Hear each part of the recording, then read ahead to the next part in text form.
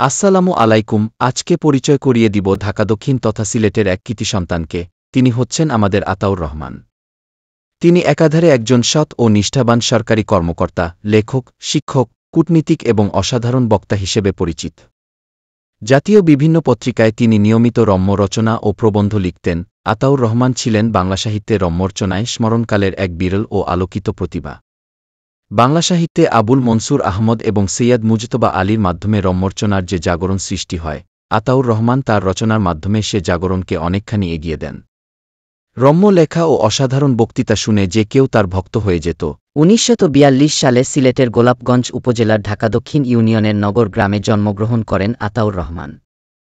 তিনি ঢাকা বিশ্ববিদ্যালয় থেকে এমএ ডিগ্রি নেওয়ার পর সিলেটের মদনমোহন কলেজ ও এমসি কলেজে শিক্ষকতা করেছেন।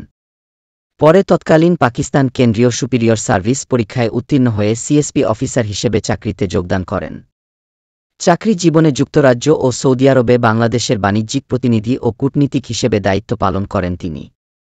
২০০২ সালে বাংলাদেশ ডাক বিভাগের মহাপরিচালক পদ থেকে অবসর গ্রহণ করেন আতাউর রহমান। অবসরের পর তিনি বিভিন্ন বেসরকারি বিশ্ববিদ্যালয়ে শিক্ষকতা করেন। প্রচণ্ড জনপ্রিয় অনলবর্ষী বক্তা, আমলা, লেখক, শিক্ষক ও কূটনীতিকের এ পর্যন্ত ২৪টি বই প্রকাশিত হয়েছে। এই গুণী ব্যক্তি ২০২১ খ্রিস্টাব্দের ২৮ আগস্ট শনিবার করোনায় আক্রান্ত হয়ে একটি হাসপাতালে ইন্তেকাল করেন।